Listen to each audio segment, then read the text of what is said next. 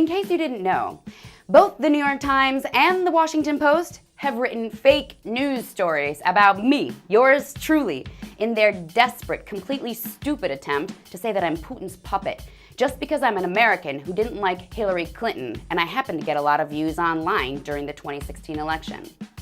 Both of those venerated establishments came after me. I still have the deliciously awful voicemails from one Pulitzer Prize-winning journalist who wrote fake news about me. And one day I'll share those voicemails with the world so they can see how awful it is. But not right now. No, right now I am too busy relishing this hilarious story that the White House now says it will not renew its subscriptions to the New York Times and the Washington Post.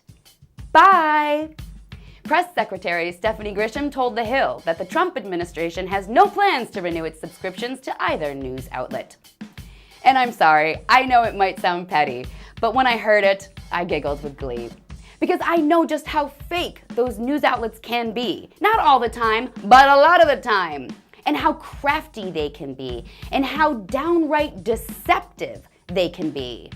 For instance, the Times reporter who hounded me on my personal phone without even saying how he got my number, full-on lied about why he was calling me.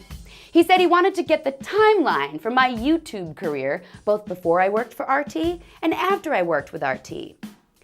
Now this guy is a Pulitzer Prize-winning journalist, remember? And he said he's doing a story on RT on YouTube. And yet he pretended to think that I no longer work with RT.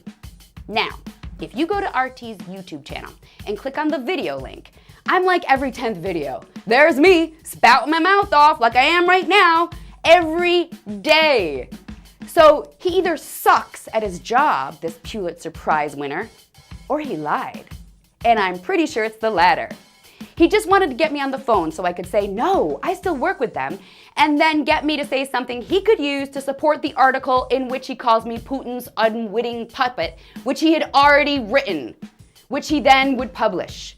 And he did publish, but without a quote from me. You can be sure that. That's not a journalist, that's a hack. A Pulitzer Prize-winning hack. My friends all know the story, and I had a hard time believing it.